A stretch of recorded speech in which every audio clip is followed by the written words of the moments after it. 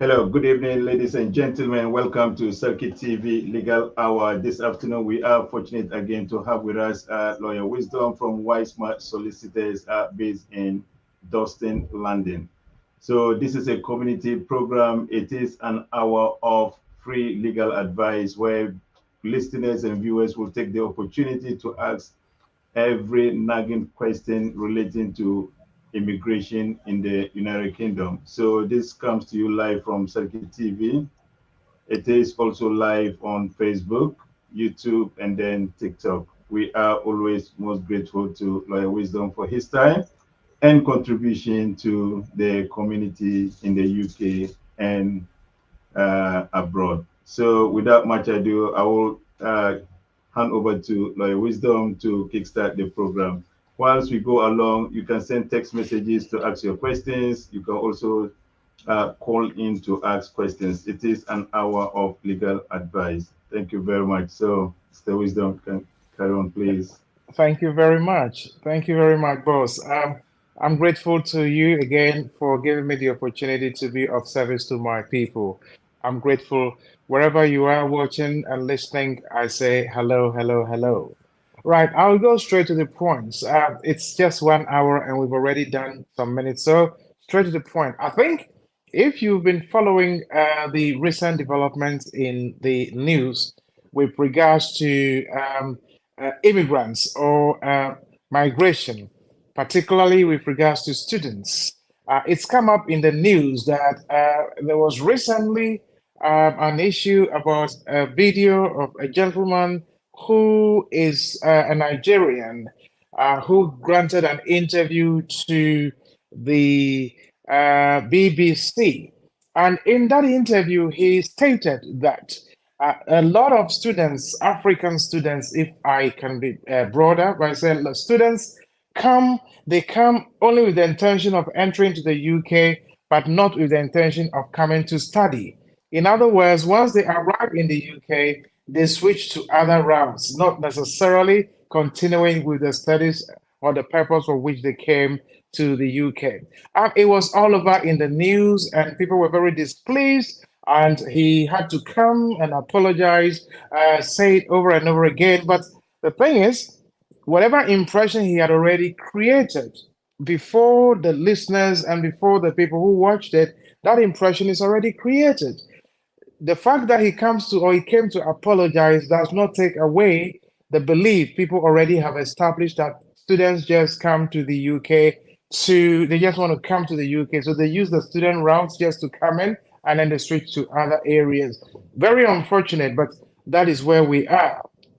And that is where we are. So then suddenly or somehow the Home Office came out with some very draconian changes in the student route, in the student route in terms of dependence, not the student themselves, but in terms of the dependence. The Home Office came out with some changes with regards to student dependence. So people began to say or to ask, is it because of the video the gentleman made that gave rise to the Home Office taking this action, or the Home Office had already got their own plans to control immigration before this video came out?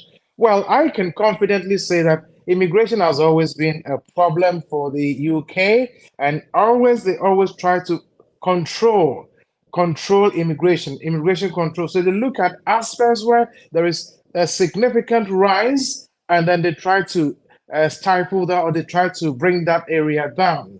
And it happened to be student dependents who happen to be in the news now. So the Home Office have now said from January 2024, students will not, some category of students will not be able to bring their dependents to the UK. Now, when we say a student dependent, who are we talking about? Now, if I am a student, my dependents are my children, my wife. These are my dependents. If you happen to be a student, if you are married, then your wife is your dependent, and if you have children, they are your dependents. So these are the category of people that are deemed as student dependents, and the government is saying graduate students, first degree students cannot bring their dependents to the UK from January 2024. However, if a person is in the UK and they are reading or they are studying their degree, let's say a PhD, MPhil's research-oriented courses, postgraduate research-oriented courses, then they may still be able to bring their dependents to the UK. So if you are coming as a first degree bachelor's, you cannot bring your dependents from January 2024. But if you're coming to do your doctorate, MPhils, research-oriented postgraduate courses, then they will still be able to bring their dependents to the UK. Now, the reason why this is the case is the government said it's been over 120,000 student dependents were, came to join their partners in the UK, I think the year or so last year, over 120,000 student dependents. And the government is seeking and looking for a way to reduce this number. And that is why they have decided to target the student dependents for undergraduate students. So if you get a September admission, if you have a September admission, remember that is way before January 2024. Quickly come in once everything is in order and bring your dependents before the year goes to an end. Once they enter before the year goes to an end, you are safe. But after next year, after December 2024, after December 2023, which is in January 2024, you'll be unable to bring your dependents unless, let me say it again, unless you are here to study, to do a degree, to do a, what do you call it, a PhD, MPhils, and other postgraduate research-oriented or research-couched courses. So that is update number one. Update number two is that currently students are able to switch from the student route to other routes, especially the health and care option. So the government is saying that when students come and they do not go to the universities or to pursue the course for which they came, the universities are losing money. Example, if the university gave admission to, let's say, 3,000 students, and when or after the students have arrived, 300, 400, 500 of them do not report to attend for the universities to take their fees from them, it means the university is losing money. And because of that, the government is saying that students cannot switch from the student route to other work-related routes until and unless they finish their course. Example, if I came to read accounting or I came to read mathematics in the university, first degree, tier 4, and of course, I can't bring my partner and I can't also switch until and unless I finish the course, I cannot switch to other related or other work-related fields. So the government is placing a ban on students switching to work areas, to other work-related routes. But that does not mean that a student cannot switch to other areas. Example, if a person comes to the UK to study and they are here to study, of course, they meet their partner, they meet a woman, they meet a man, and the relationship is genuine and they are happy with each other and they intend to get married and spend the rest of their lives together. That does not, the fact that students cannot switch to the other work-related route does not mean that they cannot switch to the spouse route or to the parent route.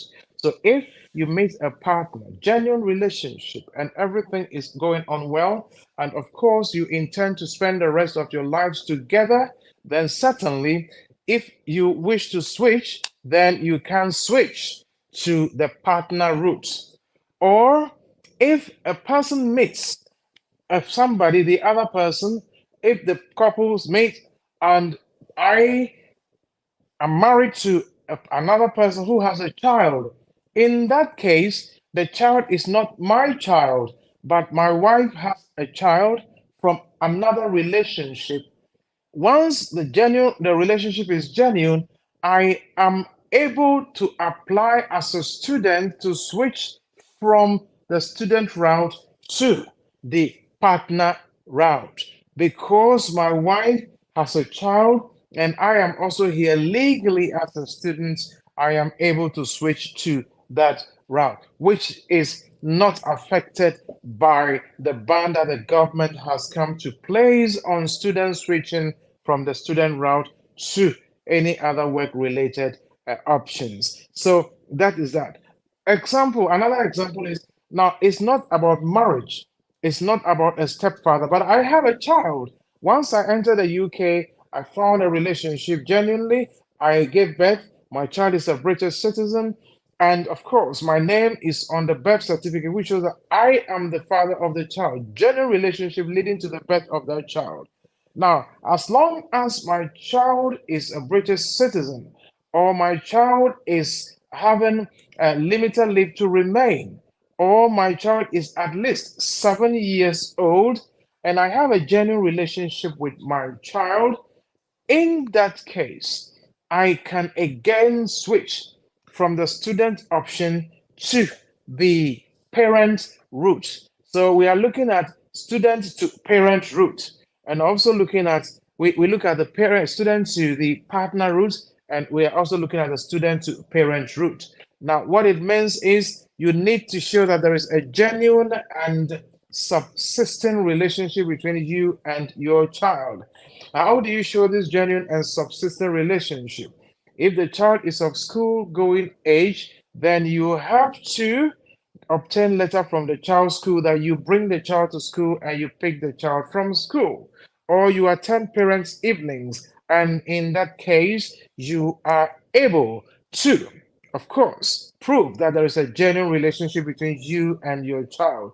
The child is under 18 years old, the child is a British citizen, or the child has indefinite leave to remain, or the child is not British, is not settled, but is 7 years old. On that basis, you are able to switch from the from the student route to the parent route. So, even though the government has placed a ban on students switching from the student route to other work-related routes until and unless they finish their course, you can still switch as a student if there is a genuine relationship and you want to switch to the partner route or you want to switch to the parent route, you can still switch. That is still possible. You need the marriage certificate, you need the proof of a relationship, you need the address, you need the child's passport, you need your partner's passport if it is partner one, you need proof of where you reside, etc., etc. And once you get all these documents, you are then able to make your case on the basis of Appendix FM section LTRP or Appendix FM section LTRPT as a parent or as a partner to remain in the UK. So that is still possible. Update number three. Update number three is that the government is looking to change the amount of money that graduates would need to come to the UK or as students, dependents. So if you want to bring your partner, the government is reviewing the maintenance required for students and student dependents. The government is reviewing. So it is very likely, I'm sure the government is thinking that the amount is too low. That is why a lot of people are able to come through, and therefore they may want to increase the amount, and that will also serve as a restriction on the number of people who can come in as students and possibly as student dependents. So the government is reviewing the funds that are needed, to bring people, or the maintenance that are needed to come in as a student or as a student dependent. Now, I talked about the fact that the students coming to pursue undergraduate courses cannot. But that we have the speculation, the anticipation that there are students from some 50 top universities. So if you happen to be a student from a university that is top 50 top universities, then they may be able to come to the UK, and they are ranked the top 50 universities in the world. They may be able to come to the UK. That is our anticipation, that it might be. It may not, but that is our anticipation and our prediction. If it happens, great. If it doesn't happen, then the same bar applies to everybody when it comes to, of course, coming to the UK as a student to work, or as to study before you proceed to working. So the third update I gave is that the government is looking to review the amount of maintenance required to come to the UK as a student, and also for the student dependents. So let's take note of that as well. Update number 4. The government is looking to clamp down on education agents or agencies that are recruiting students or bringing students when they know clearly that the students will not come and attend the school. So the government is taking steps to clamp down on unscrupulous education agents who may be supporting inappropriate applications to sell immigration, not education. The government is saying that there are some unscrupulous education agents who are selling immigration, not selling education. They are selling immigration, not education. In other words, the agents know that these individuals who are coming to the UK will not attend the course, yet they help them complete the application, come to the UK, and then they don't go to the school. They don't go to the university. So the government is trying to identify these agents, these unscrupulous agents, so that they will clamp down on them. They will stop them from bringing or making application for students, to the extent that they may even be shut down. So this is something that is actually going on now. So please, let's all take note. Now, if you want to come to the UK as a student, please, if you can, look for your own admission and do not use an agent if it is possible. If it is possible and practicable, please do or complete your own application, and not relying on an agent that the government may clamp down on. So use the credible student agents, or do it yourself, so that you wouldn't have problems when you get to the UK as a student here. So that is another update for you. The government is taking steps to clamp down on unscrupulous education agents who may be supporting inappropriate applications to sell education, to sell immigration, not education. So please take note of this, and also bear it in mind that you can do your own application rather than relying on the what do you call them, the agents to do it for you. Another update is that the Home Office said, looking at communicating immigration rules to the higher education sector and to international students, they are looking at better way of communicating, better communication between immigration rules to the higher education sector.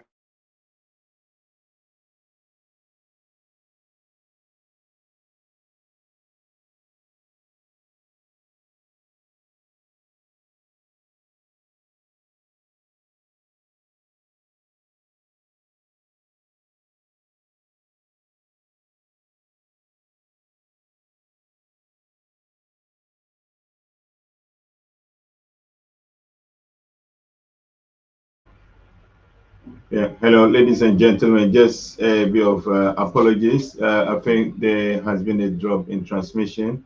Hopefully, Lawyer Wisdom will be back online to continue with the lecture. Yeah, hello, ladies and gentlemen. Just bear with us. Give us a few minutes as we rectify the technical mistake. We're still with Lawyer Wisdom on our weekly legal hour. The technician on it.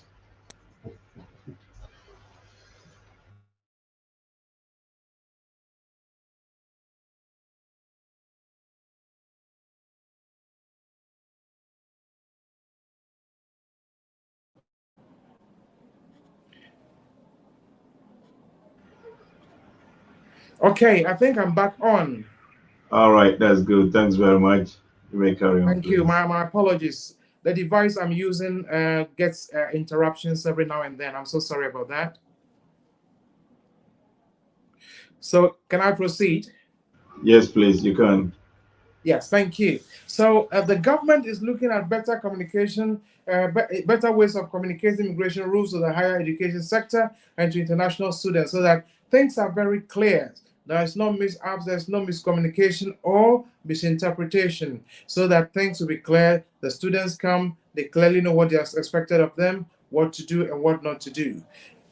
Now, the government is also looking at to improve and target enforcement activity.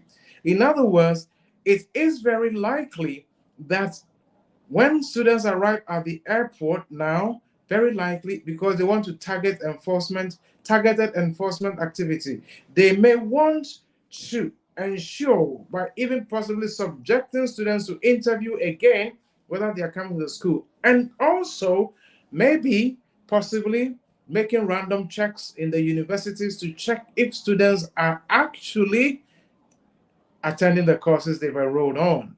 So this is what the government is intending to do to they want to improve and more targeted enforcement activity, improve and target or improve and enhance on targeted enforcement activities. Now, if the student is not attending, the university may have to inform the university, the home office, and the home office can then cancel the student's visa if the student does not attend the course as they plan to do when they came to the UK or when the intention was to come and study. So these are some updates for all of us to take note of, that the government is becoming more serious, especially when it comes to students. Most of these things are about students. I think one last update I want to put out there is that we are aware of the graduate route, which is after you've done your first degree or your master's, you can then go ahead and apply for the graduate visa, which is for 2 years. That one has not been affected. It is still valid. It is still valid, which means you can still apply for the graduate visa 2 years after you finish your course. And therefore, if you don't want to get yourself into all kinds of difficulties, meddle yourself in all kinds of difficulties where you may have problem extending, you can just finish your course. Once you finish the course, then you can apply for the 2 years graduate visa. On that basis, you get 2 years to be in the UK, and of course, 2 years is a very long time for you to explore how to regularize yourself or your leave in the UK genuinely, so that you don't get yourself into any difficulty. Now, so that is what it is right now. Quite a few changes, and some of them are quite harsh, but it's because of the way the government thinks that people are abusing the system. That is why they are deciding to take these drastic actions. Another thing I need to put out is a lot of people came, I understand, on this health and care worker visa route. Now, I have had calls upon calls upon calls of people who came and then they say, "Oh, I am here as a care worker, but I don't have enough hours from the care provider. So what should I do? You are allowed to do additional work. If you go to gov.uk and you type in, am I allowed to do additional work as a care worker? Yes, it says you can. Yes, but it has to be a care section. So if you came here as a carer, you have, and you want to do an extra work, it has to be as a carer. You can't become an IT technician or an IT guru or an accountant on the same certificate of sponsorship. No, that would not be the case. But if you can prove that you are not getting enough work in one sector, then of course you can work in the same sector but with a different company. So these are the options that are available, and these are the updates that I have, and I'm putting it out there so that if anybody has questions, I'll be more than happy to respond to it. If we finish the questions and we have some time, I'll look at an area which is of much concern to me. People say if you have 2.5 years limited leave to remain, you cannot marry and your partner cannot get stay. I say you can. Then I'll give reasons why I say you can do that. So All right. Thank you very much, Mr. Wisdom. I think we lost him momentarily. I think you read yes, questions. Just open up. The phone lines are on, and then the text option is also open. Whoever has a question can please reach out to us. Whilst we wait for questions to come up, I've got a few questions here to run through. In terms of the right. graduate 2-year visa, after graduation, graduates are allowed to have extra 2 years visa. What is the end goal for that? Are they able to switch if they don't end up getting a sponsor in the form of an employer? Yes, with the graduate visa, you don't need an employer to apply for that.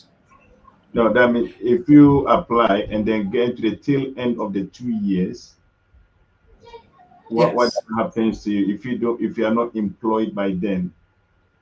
Well, if you're not employed by then you can always speak to your lawyer, who will then speak to you and look at all the possible options you have. But if you have 2 years and within that 2 years you are not able to regularize your stay or find a rightful option to regularize your stay, then make us say wara or wara, because I think you should be able to speak to your lawyer, and then the lawyer can advise you these are the do's and these are the don'ts, these are the sectors, these are the what is available. So I will put it at that speak to your lawyer. And Okay. this is not a matter of telephone call. Go sit down and have a one-on-one consultation, and I'm sure you'll get a better direction as to what to do. I All hope right. you understand my Yeah, response. yeah, that's very clear. Thanks so much for that. There is a text question here with regards to the targeted enforcement activities of the Home Office against so-to-be fake students arriving at the airport. How does that stand in terms of our human rights as someone who has applied and then gotten the admission and then only to be turned away after arriving at the airport due to these spot checks where people maybe would have traveled for hours and hours, not be in the right frame of mind to answer immigration questions? Well, yes, that's very fair. It's a very fair question. But if I happen to be an immigration officer and you've traveled maybe 6 hours, 8 hours, 10 hours from one country to the UK, and I happen to ask you questions about your partner to whom you come with whom you come to live, and you don't remember your partner's name, that is a big question. And you don't remember your partner's date of birth. I wouldn't excuse you that you haven't had good sleep on the flight, so you can't remember your partner's date of birth, or the school your partner is going to attend. I cannot excuse that. So there are certain questions, even if you wake up from sleep or you are waking up from sleep, you should be able to respond to some of those questions. So I would always say, yes, the students should always be in their right frame of mind. It is possible. But in the worst case scenario where the person is not able to respond to the questions accurately, and the immigration officer decides to detain or to cancel or to revoke their leave, you may have the right of appeal. you may have the right of appeal or administrative review. They wouldn't just bundle you into a bag and put you away or send it to a plane and take you away. You have the right to appeal, and that is where you, of course, you can put all your argument. And look, of course, I am a student. These are the reasons why I came. Whatever reason it is that I wasn't able to answer your questions, maybe I wasn't well. I am supposed to take my medication. I didn't take it at the time you were subjected me to all this questioning, so I wasn't in the right frame of mind. You would have the right to appeal against that decision. It's not that they'll just put you on the next available plane and take you away. So, of course, your human right is there and you have the right to exercise it. So, it's always advisable that when people are being questioned, sometimes you can insist that you want a lawyer. You want to have a legal representation so that whatever is said is taken note of, rather than being subjected to scrutinous questions and sometimes very intimidating questions. And then later, that is used against you. So I would ask everybody to make sure you are in the right frame of mind, make sure you are okay to answer questions. If you're not feeling well, let them understand you are not feeling well and you cannot respond to the questions. Don't be forced and don't be coerced. Don't let anybody tell you, if you don't tell us the answers, we will take you back home, and you are afraid, and therefore you say all kinds of things that you shouldn't say. And then later, the same things you have said, which may not be true because you answered under duress, will be used against you. So please, always answer only and only if you are comfortable, and only if you are in the right frame of mind. Otherwise, please tell them if they have to excuse you to rest for a while, or you need a lawyer, or you need a legal representative. Always insist on that. Sometimes you insist on using an interpreter if you come in as a student dependent. But of course, as a student, you cannot be asking for an interpreter, a tree interpreter, if you come to study a degree course or a master's or a PhD in this country. So that will be my response to that question, sir. All right, thank you very much for that detailed response to the question. I think there's another simple question. I don't know whether it's relevant, but probably you may have more response to that. How does one identify a credible agent to go through with student visa application? I strongly believe that the Home Office would have a list of education agents, just as they have a list of sponsored sponsorship license holders. So one has to do a bit of search online and say accredited education agents, Home Office accredited immigration agents. Everything should be online. So whichever institution you want to use or agent you want to use, I am sure will be on that list. Then you can then, of course, use them. But if they are not on the list, then of course you have to advise yourself whether they are worth using or not. So that is down to the individual to make their own decision, sir. All right, thanks very much, Mr. Wisdom. I think at this point in time, I'm running out of questions at the moment. Maybe if you want to put more clarification in terms of the health and care sector. I know you did touch on that last week, and then people are asking for more clarification as to whether the agencies, the recruitment agencies, are completely clamped down. It's only the care homes that are able to now recruit abroad. Thank you very much. As it stands, it's only the care homes direct employers who can recruit because the government or the Home Office has placed a ban on the recruitment agencies, the agencies. Now, that is where we said Ghana and some countries have been put on the red list. All it means is that those countries on the red list cannot have agencies recruiting people from those countries. However, if the institution, the care home, directly can find somebody, they want them to come and work for them in the UK, that is so allowed, that is so acceptable, but not the agencies to recruit people from outside. And the reason why the government did this is that we understand that if you look at the World Health Organization statistics of the number of health workers vis-a-vis a certain population of the country, example, we need about, by the World Health Standard, I'm just giving an example, a rough figure, maybe we need about 55 doctors to attend to doctors and nurses to attend to, let's say, 10,000 of the population, 55 to attend to 10,000 of the population, 55 to 10,000 of the population. However, in certain countries, you have I'm just giving you figures. This is not accurate figures I'm giving. I'm just giving an example. In certain countries, the countries that have been put on the red list, it means that they have less than the example of 55 doctors to 100,000 are used, to 10,000 are used. Maybe they have only got 35 doctors and nurses to 10,000.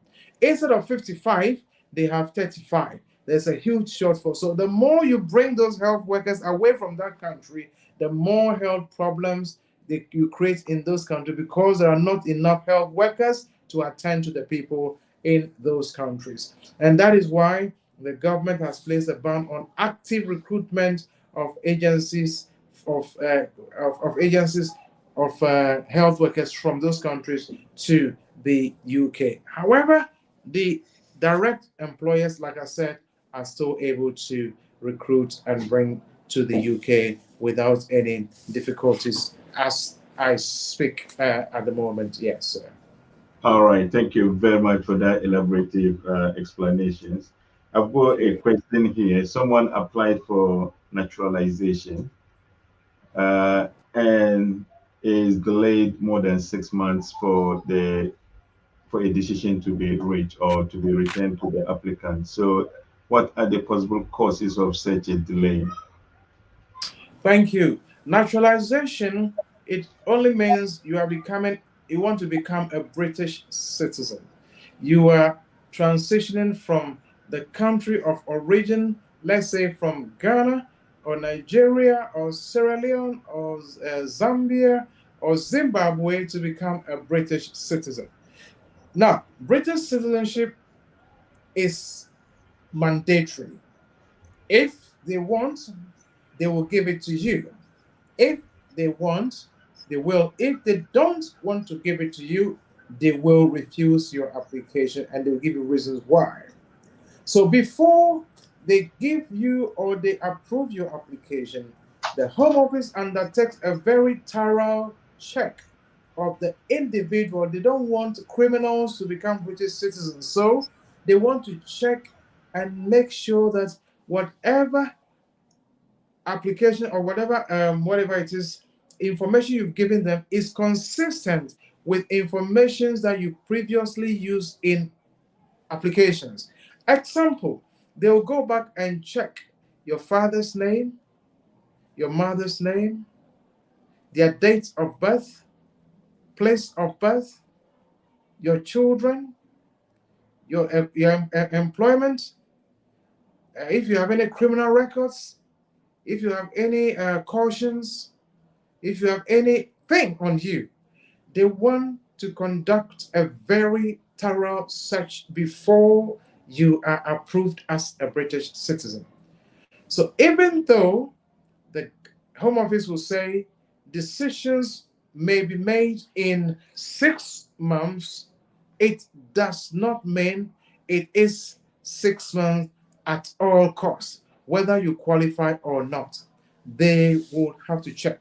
So if they check and some informations are not clear, it gives them time, or they take more time to check and conduct further checks before they would come to the conclusion. There is this thing called good character requirement. So they'll check on your character, your records, your driving of records, your drink, whether you have drink and drive, etc. They'll check on all of this. They'll check whether your residence in the UK, whether you've been here for the length of time that you claim you have been. We have the residential requirement. They will check that.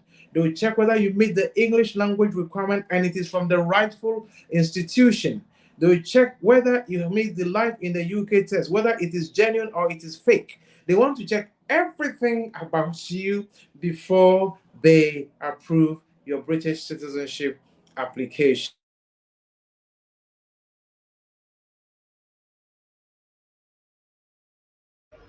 Sorry, viewers, we've lost Lawyer Wisdom once again. Apology. Transmission. Welcome Yeah, back. thank you. I'm so sorry. Like the device I'm using, people are calling in and it's causing me a lot of distortions. I'm sorry. I next week I promise to use another device that.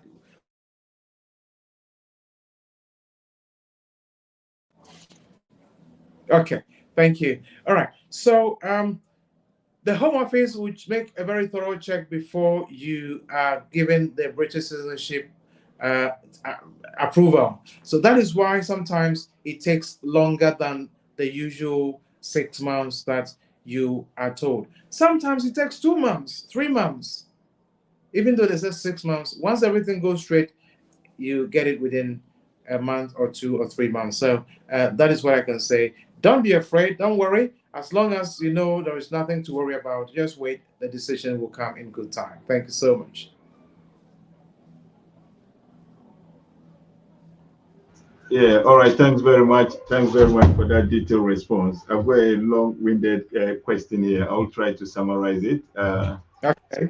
Yeah, someone is pertaining to the EU partnership application. Person arrived in the UK under the EU partnership application 2018, got settlement in 2019. Can the person apply for settlement status this year? Yeah, So, sorry. yeah, I don't know. The question is clear. Should I take it again? Yes, please take it. I'm sorry. All right. So someone arrived in the country on a visiting visa issued with an EU partnership visa in 2019. Can the person now apply for a settlement status in the UK this year? Oh, did you say visit visa or EU family permit? The person arrived in the country on a visiting visa and Yes. applied under EU partnership 2019 Okay. and was issued a visa under the settlement scheme 2019. So Okay. can the person now apply for settled status in the country? Oh, it's supposed to be 5 years from the date of marriage. If it Oh, is married to an EU national, it's 5 years from the date of the marriage. So if it's 2019, 2020, 21, 22, 23, 24, next year will be the fifth year. So you should clock the 5 years from the date of the marriage before any application should be made for the indefinite leave to remain. okay. So, but the settlement visa was acquired under partnership without legal marriage. Yes. So, can he still make the application, or it has to be under marriage? So, it's just under No, if partnership. it was a durable relationship, Yeah. if it was durable relationship, then the Yeah. 5 years starts from the date it was issued. Okay. All right. So if it is marriage, it starts from the date of the marriage. But if it is partnership, then it starts from the date it was issued. So count 5 years from that date before they go for the indefinite leave. Nothing earlier than that, please. Okay. All right. That's good. Thanks very much for your response to that. I think I've exhausted the questions I've received so far. So probably you may continue to give few more updates and then wrap up. We've got just 6 minutes to go. Six Uh, minutes just to go again. just to remind viewers, you are live with Lawyer Wisdom. This is part of our community, our contributions to the community. This is free legal advice for good 1 hour on every Saturday, coming to you live from Circuit TV. All right, Lawyer Wisdom, go on. Thank you so much. Thank you. Right. Of course. We are here to help. We are here to advise. We are here to, of course, help our people as much as we can. And whatever we can do within the ambit, within the confines of the law, we are here to support and to help. So if anybody has any questions, they can pass their questions to you. And of course, when I come, God willing, next time, we will be able to take those questions and I'll be happy to respond to every query that anyone may have.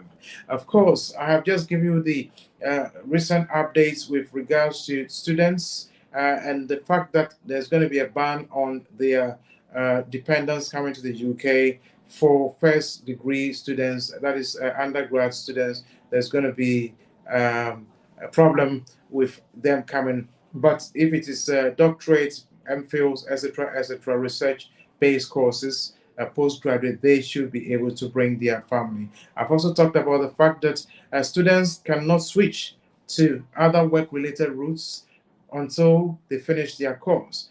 But that doesn't mean that if a student meets a partner and there's a genuine relationship, they cannot switch to the partner route or to the parent route if they have a child in the UK who meets the requirements. And I also talked about the fact that the government is looking to review the amount of money that is required for students and their dependents to come to the UK. We think it may go up. We don't know, but very likely it may go up to make it a little more difficult for people to come, unfortunately, but that is where we are. I also updated you that, of course, there is the requirement that you can always switch to the graduate visa route after finishing your course. So you can also do that again. The law allows you within that 2 years. If you don't get any option to switch to regularize your stay, you don't have an employer, you don't have a tier sponsor, then after your visa expires, you become an illegal immigrant. And of course, you may want to go back to your country.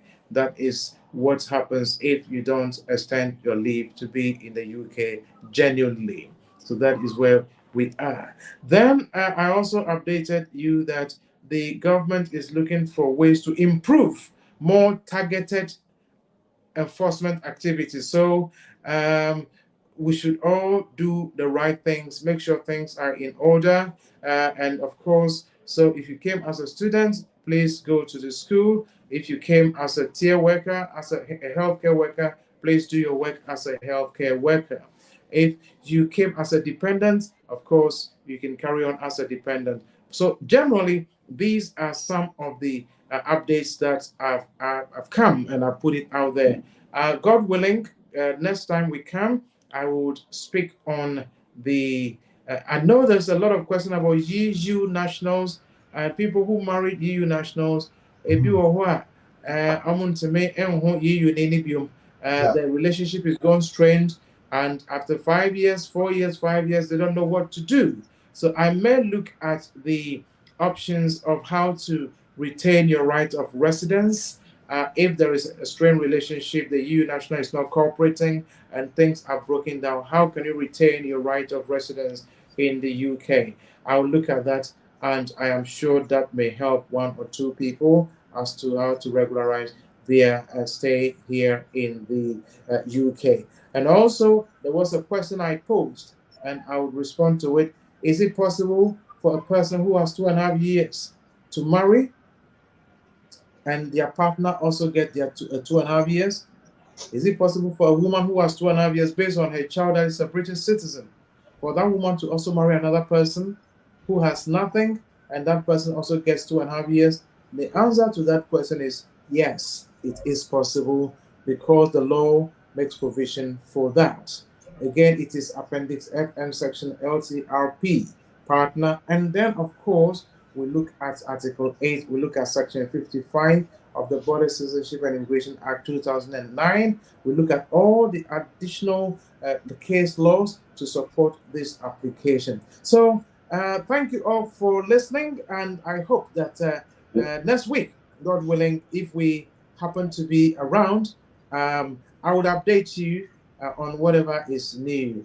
Saraki, I would communicate with you, and thank you all. And I'm very all right, thank you very much once again. Thank you very much for your time this afternoon. Once again, this is Circuit TV. You are live with Lawyer Wisdom, and on every Saturday from 7 p.m. to 8 p.m.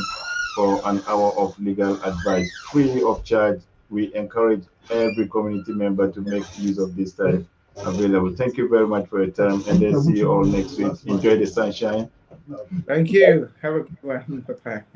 Bye.